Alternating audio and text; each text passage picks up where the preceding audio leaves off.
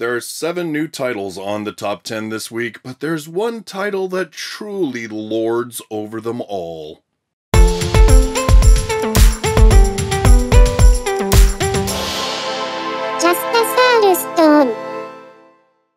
Hello everybody, and welcome to the weekly countdown of the top 10 best-selling light novels in Japan, this covering April 23rd to the 29th of 2018. How are all of you? I'm actually quite sick, so if my voice sounds very weird, and I seem to kind of not talk as much as usual, yeah, that's why. I've got a bit of a chest cold. But I didn't want to let any of you down, and honestly, I've been able to put one of these videos out every Saturday for, well, since last July, so I didn't want to let myself down either, because it's a pretty good record. So let's just get into the list. Like I said, there are 7 brand new titles on the list this week, and number 1 is sold a ridiculous amount of copies compared to everybody else. So let's get right into it. At number 10, with 10,149 copies sold, Volume 17 of Fairytale Chronicle. Don't get this confused with Fairytale, the manga, or the anime. It's a different thing. A different world that was blown off by an accident. There was a world that closely resembled the popular VR MMO Fairytale Chronicle. Tokai Hiroshi, who held high skills as a production craft worker in the game, will do his best to start self-sufficiency while living with his classmate Haru Todu, who he reunited with in this different world. From weapons, to medicine, to furniture, to cuisine, eventually making up things that aren't even in the different world, a manufacturing system different world fantasy. This one's actually been on the list before, and funny enough, there's not a lot of information about it in English. I had to kind of piece that together with a Google translation, which, yeah, it's kind of weird. 17 volumes, and there's really not much of anything on it. But obviously an Isekai, and the whole twist on this one is I make things that don't even exist in this world, which, funny, that's a mechanic we see in a lot. In fact, it's a mechanic we see in a later title on the list this week.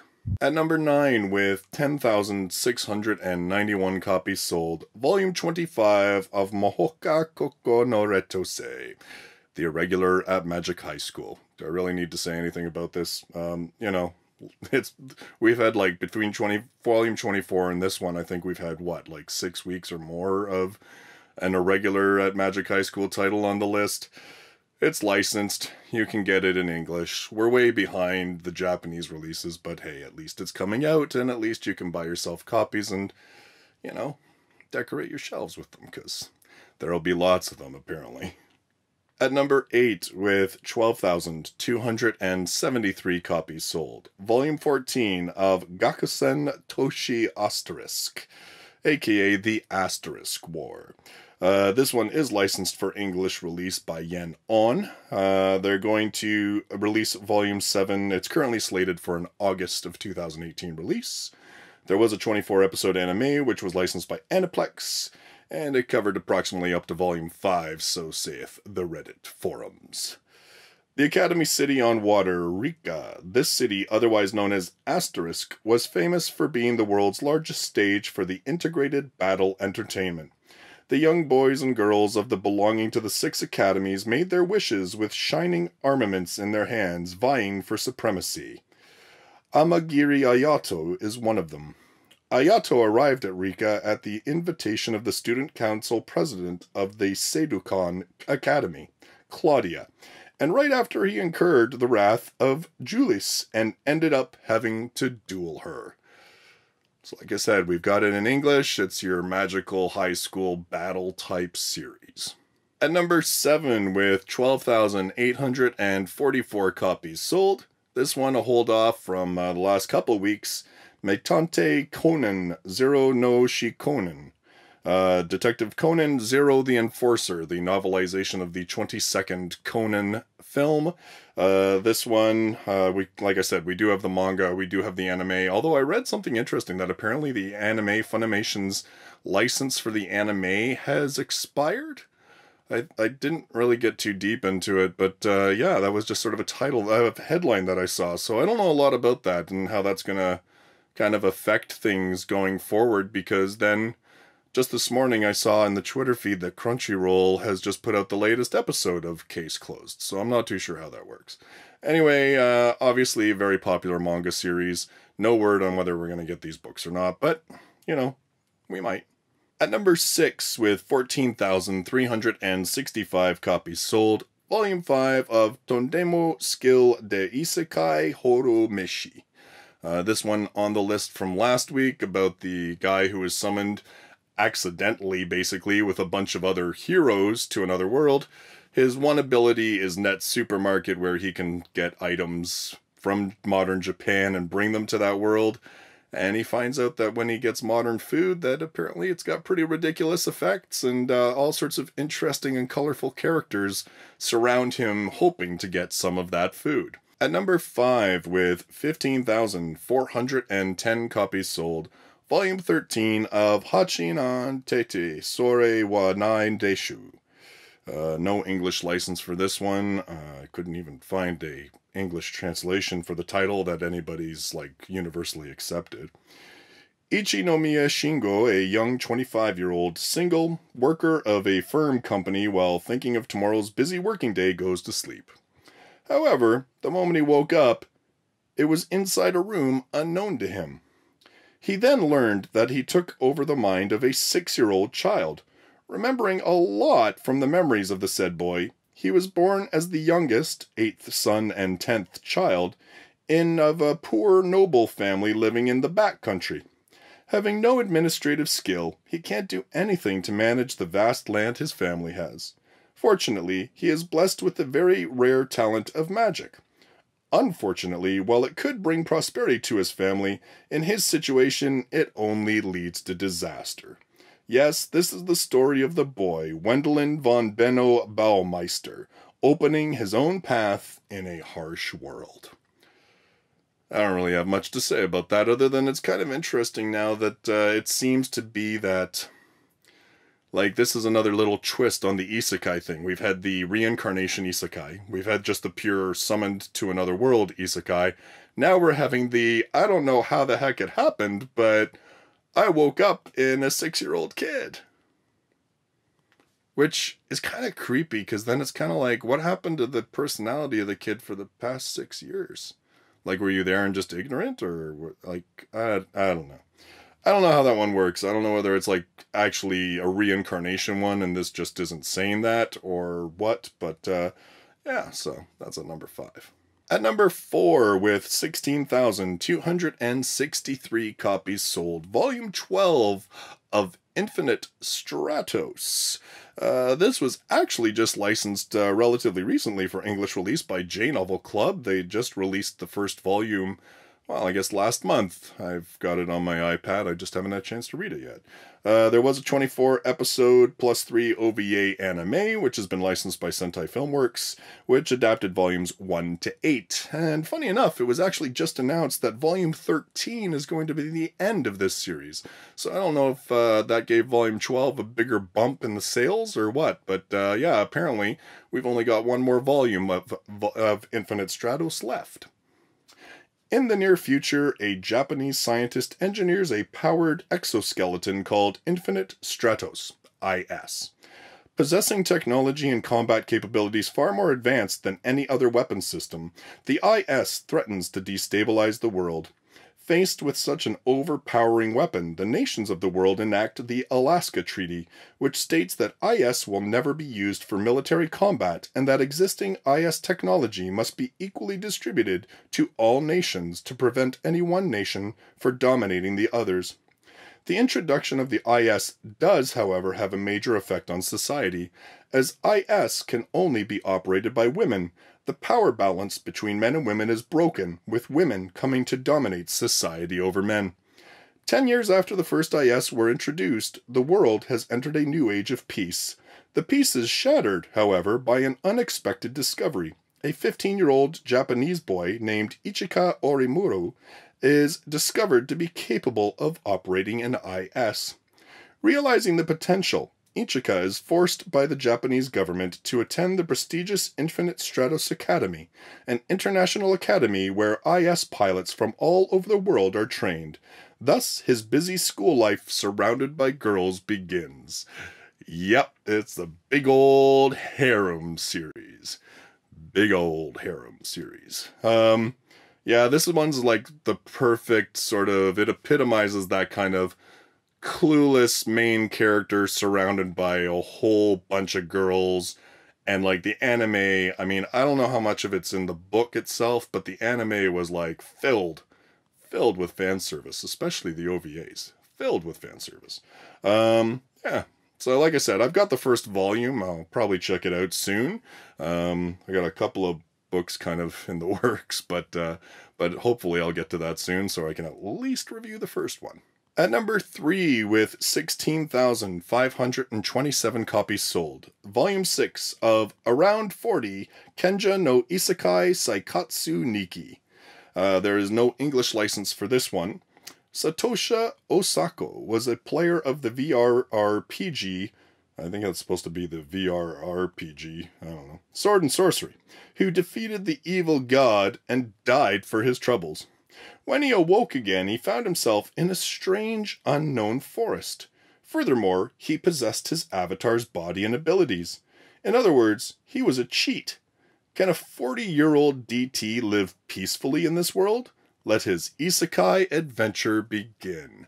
This is one of the ones that we were talking about, like this has been on the list a couple times, and we always say, like, this is what I'd like to get, man. Like, we don't get many middle-aged protagonists, especially, like, middle-aged protagonists that played RPGs. I mean, like, I think Overlord's one of the few that we have in English officially, but I don't know, this one, like, I'd like to check it out, but I think it's mainly just because of the imagery. Like, I mean, the very first time it appeared on the list that I've been since I've been covering this, he was like on this like badass motorcycle, looking all like, you know, because he's in mid-40s, got a scruffy, and like, yeah, I don't know, I was kind of like, I want to read about this guy. But yeah, so far nothing. At number 2, with 26,663 copies sold, volume number 8 of Arifureta Shokugyou no Desekai Saikyou. Arifureta from Commonplace to World's Strongest. This one licensed for English release by J-Novel Club. They're releasing volume 6 on May 26th, so we're really not that far behind. This is actually one of the titles that is also being released in print edition by 7 Seas. So they are releasing the J-Novel translation, but in print. They are releasing volume 2 in May 15th. So we actually have 2 Arifureta releases this month. So I guess depending on whether you're buying it in print or you're buying it in ebook format, you know, you've got Arifureta coming to you. There is 7 Seas is also releasing the manga for this one. And an anime, this is kind of interesting. An anime was announced, and it was actually supposed to come out this year. But apparently all parties involved in it were not pleased with the direction it was going. And so they basically, it sounds like, have replaced the entire staff, and they're redoing the whole thing. And they're going to be releasing it now, projecting for a 2019 release. They just released like one key image for it. It's not much. It's just, you know, Hajime from the back, and then Yue kind of like holding his hand and looking over her shoulder. But I gotta say, I thought Yue looked way more cute in this new key animation pic. So I was kind of like, yeah, I'm all up with this. I'm glad they changed things around, because I didn't think she looked all that great in the one key peek, the pictures we were seeing of the animation that was supposed to be coming out this time. So, yeah, I think they made the right choice. 17-year-old Hajime Nagumo is your average everyday otaku. However, his simple life of pulling all-nighters and sleeping in school is suddenly turned upside down when he, along with the rest of his class, is summoned to a fantasy world. They're treated like heroes and tasked with the duty of saving the human race from utter extinction. But what should have been any otaku's wet dream quickly turns into Hajime's nightmare. While the rest of his class are blessed with godlike powers, Hajime's job, Synergist, only has a single transmutation skill. Ridiculed and bullied by his classmates for being weak, he soon finds himself in despair. Will he be able to survive in this dangerous world of monsters and demons with only a glorified blacksmith's level of strength? Spoilers? Yes.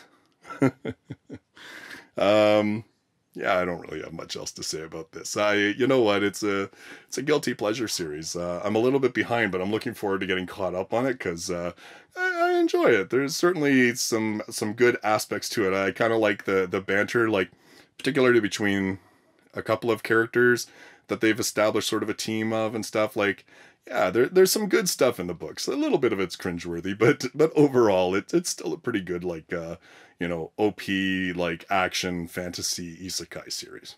Finally, we come to number 1. And, just, like, think about this for a moment. Number 2 sold 26,663 copies this week. Number 1 sold 127,770 copies. Just think about that. It's like, I can't be bothered to do the math, but I mean, given that most of these titles sold just over 10,000 copies, you could almost add up all like 10 through 2, and I bet you that this one title sold almost the equivalent volumes of all the other titles combined on this list. And that is volume number 13 of Overlord.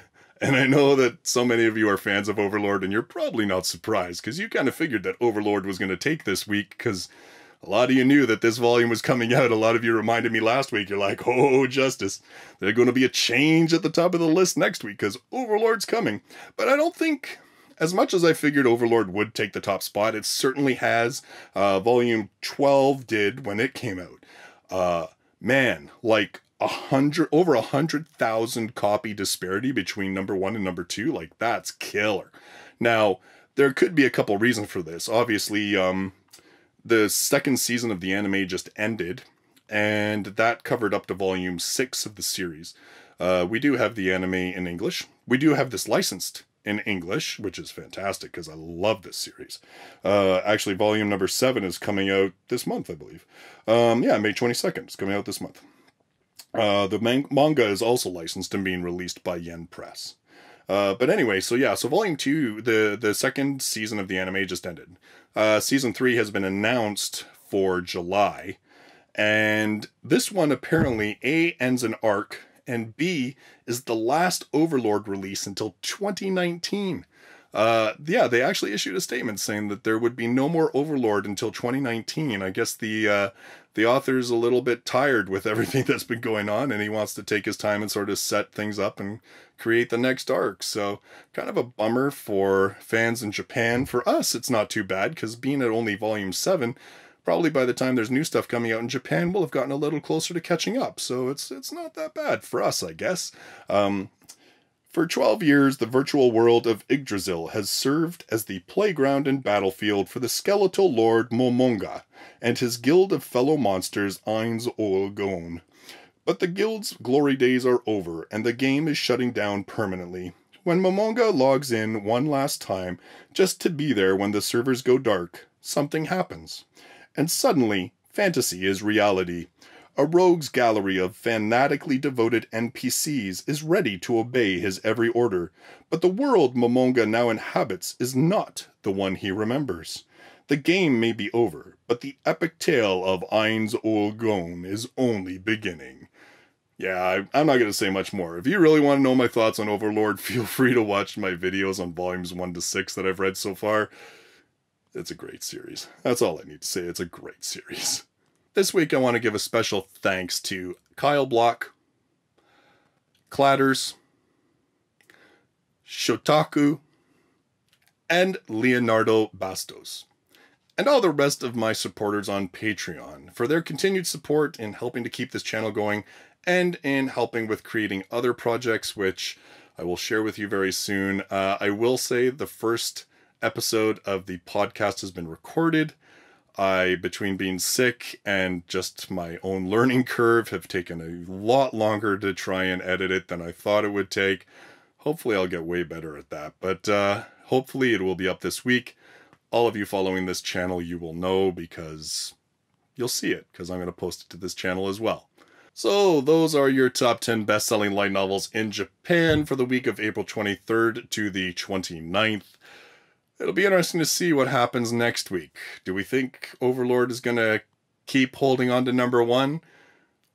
And do we actually want to bet on how many more copies it will sell to hold on to number 1? That'll be interesting. So if you're brand new to the channel and you love light novels, you should consider subscribing. I do this countdown every single week, as well as doing weekly reviews of 2 to 3 light novels. Thank you so much for joining me in this video. I look forward to seeing you in the next one. Till then, bye-bye for now.